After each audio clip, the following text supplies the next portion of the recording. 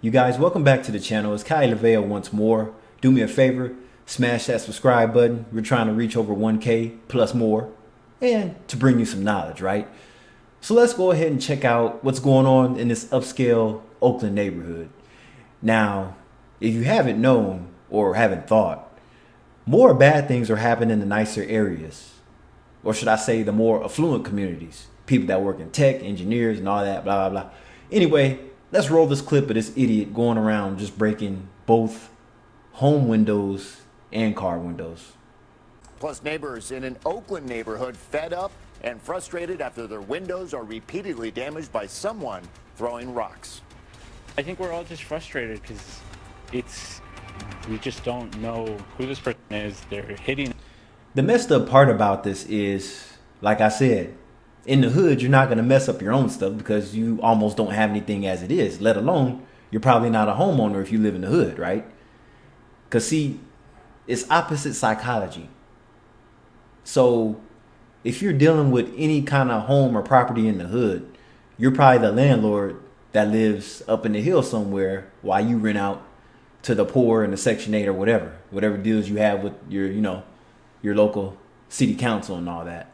But these type of people are affluent themselves. These people tend to work in tech. They just have nice jobs, nice careers. They make $100,000 to $200,000 a year, maybe, if they're lucky, right? What I'm saying is the people that live in these neighborhoods that are victimized by these idiots are people that are most likely not going to run out the house and shoot them. Let's just be real. Everyone randomly. It just keeps us all on edge. This is KTVU Fox 2 News at 6. And tonight, no arrests have been reported. Good evening, everyone. I'm Mike Meeback. Repairing the broken glass, it has cost some residents thousands of dollars. New at 6, KTVU's Crystal Bailey live here in studio after speaking with neighbors about this troubling incident here. Crystal. Yeah, Mike, we spoke with more than half a dozen neighbors. She a breath of fresh air. Where's all these new news reporters coming from? Or see, I don't really watch the news like I used to back in the day, because news over time, it just gets depressing. There's more negative things than it is positive, right? Plus, social media is a better form of an outlet anyway, because it's going to hit social media first, and then the news stations are only going to tell us what they want us to know. Some who say they were hit in September spent the money to replace their windows, only to be hit again just 2 weeks later. In the last few weeks, neighbors started sharing security footage with each other, and they think one person is responsible. Luis Aguirre lives in a quiet neighborhood off Telegraph Avenue in North Oakland. He showed us 2 rocks, saying they were thrown onto his property. Those aren't rocks. Those are stones. Stone is just a larger size of a nice rock. Smooth edge, big, heavy, and will do a lot of damage. He says he was hit for the first time early in the morning in late September. And it was literally right where I sit in our living room where the rock went through and just splattered glass all over the place. So it could have easily been myself, my daughter, who was sitting right there. The incident led him to install security cameras just before he was hit a second time.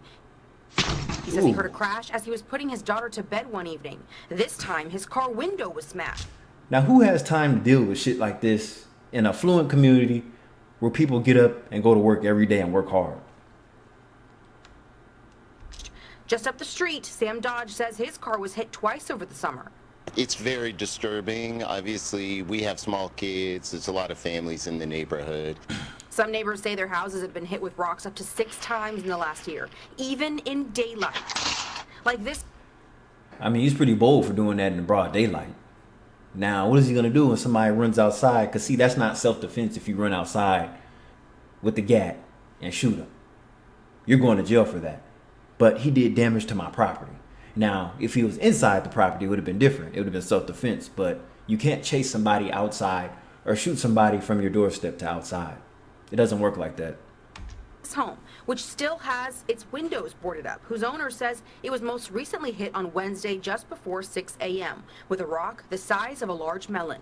The woman who owns this duplex says that she's already spent about $6,000 in repeated window repairs, and she says she plans to spend another $3,000 on metal iron gates on the windows here on the ground floor. And she says she's not the only one. On our end alone, we've, I think, spent at least with the cameras installation and everything, at least almost $2,000. Just one street over, one neighbor tells us there. Oh my God, this looks like, I mean, somebody has to live here. I mean, but this looks like, don't be a menace. Window was smashed with a big rock twice this month after nearly hitting the person sleeping inside.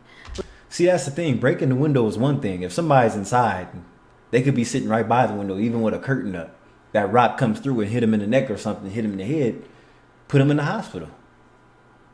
Police helped make and put up flyers around the neighborhood, keeping an eye out for the rock thrower. They say it's the same person. It just looks like the same individual just hitting houses randomly and no real reason, not trying to steal anything. It does seem like it's one person and they're obviously, you know, in crisis. The caravan is right around the corner, and he's right. He must be in crisis, some kind of mental issues. You really have to be mentally ill if you're going around doing something like this. For those of you that have been to Antioch, which is the far East Bay, there's a gentleman that used to walk around by the dealerships and give everybody the bird. I don't know if somebody shot him or if he died of natural causes, but he's no longer with us. I don't know what happened, but I just remember that like 10 years ago, where you be sitting at the stoplight and this guy just randomly cut you off. And I'm just hoping that together we can get the help that this person needs. The neighborhood banding together to put an end to the vandalism. We want to keep people safe. We want this resolved as soon as possible, just so that everyone has a little bit of peace of mind again. You're going to have to hire your own neighborhood watch. Some people, some goons that you trust. Have people hiding in the bushes. Yeah, that's the only solution. Whoever has a second-story home should be at the top on the lookout. So the second his arm goes back, that's the second you pull that trigger. This is Kai LaVale. I'll catch you in the next video. Good night.